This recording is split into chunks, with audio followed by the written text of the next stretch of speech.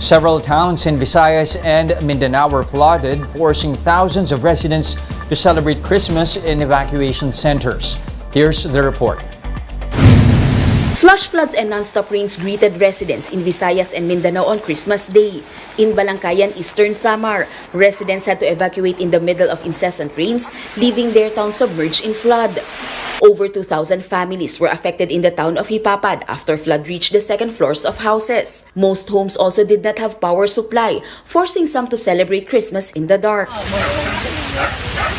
In Boronga City, flooding was reported in Samang Suribao while a minor landslide occurred in Barangay Kalikoan. Residents helped clear roads to make way for passing vehicles. In total, around 30,000 residents were affected by flooding in Eastern Samar. Meanwhile, in Northern Samar, 5 people are missing, including 4 fishermen who had set sail despite bad weather. One of their companion was reported dead. Noong 22 po, December 22, nung pumalaot po yung mga kababayan natin, medyo okay pa yung weather, no? Pero along the way, na-encounter nila yung masamang panahon, no? Nagkaroon ng yun, na-missing sila. Ozami City in Misamis Occidental was also affected by flash floods.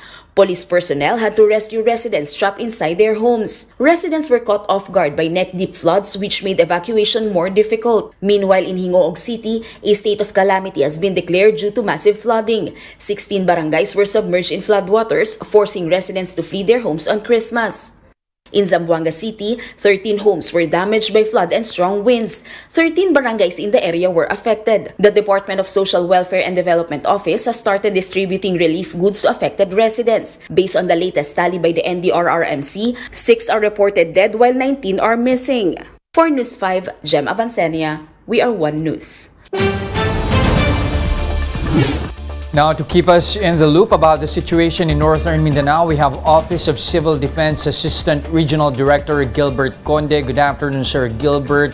Thank you for joining us. Kamusta po kayo dyan? Kamusta ang lagay ng panahon? Umayos na ho ba? Umuulan pa ba o hindi na? And given that, patuloy ba yung evacuation and rescue efforts dyan? Yes, good afternoon to the office of One News TV. Dito po sa lugar natin ngayon na patiling kabendo, yes, medyo makulimlim ang panahon at we have scattered in showers all over the region. Right now, there's still ongoing rescue operations in the vicinities of Oropepa and in some areas of Misamis Occidental. But generally, our water level has subsided within those places concerned. But give us an idea, just how extensive ho ba yung naging damage nitong incessant rains dyan sa area? Now, basically, the damage is quite, let us say, devastating as much as it has affected at least 2 provinces, the provinces of Misamis Occidental and Misamis Oriental. Misamis Occidental taking the brunt of this situation. So, si Misamis Occidental po ang may pinakamaraming damage sa ngayon. But so far, like what you mentioned kanina, the waters have subsided. Meron pa bang isolated areas or lahat or all these areas already reachable?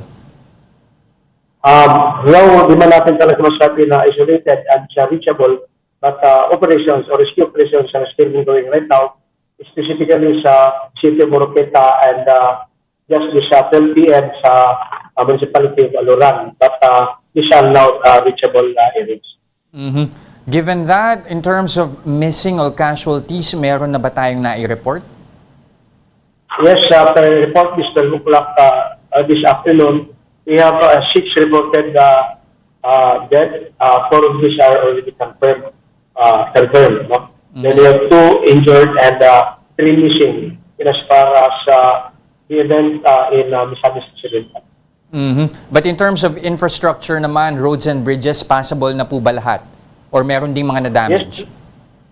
Yes, as far as infrastructure is concerned, we have limited damage delays, and right now, all of these are passable except because of limited access in some of the bridges across.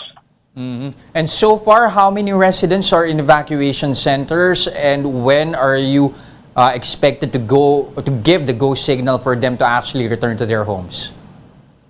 Okay, right now, we have cumulative of about 690 families inside evacuation centers, and this is composed of 40,773 individuals. And it is up to the local government to decide when these IDPs will be returned to respective homes, considering the present situation in the respective areas. But are the local governments in Region 10 also considering the possibility of declaring a state of calamity? Yes, one of the cities, actually, Hingog City, has declared state of calamity. And we have reports that Miss Ock is already declaring, but we still have to receive the final order for that declaration of state of calamity. And lastly, sir, anything that you might need there in your region, ano bang mga panawagan nyo in terms of supplies na kailangan nyo dyan?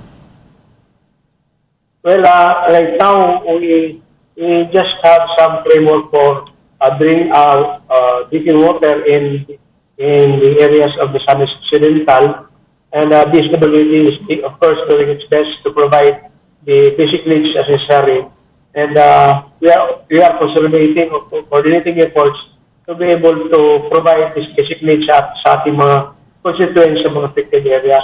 But as of now, we have yet to receive specific items na kailangan ng ating mga lugar. But there are needs for particularly drinking water dito sa mga areas na nabanggit po natin. Alright, and again, heavy need there for drinking water, at least in northern Mindanao. Thank you very much for your time this afternoon and for those updates again. Gilbert Conde, Assistant Regional Director of the Office of Civil Defense in Region 10.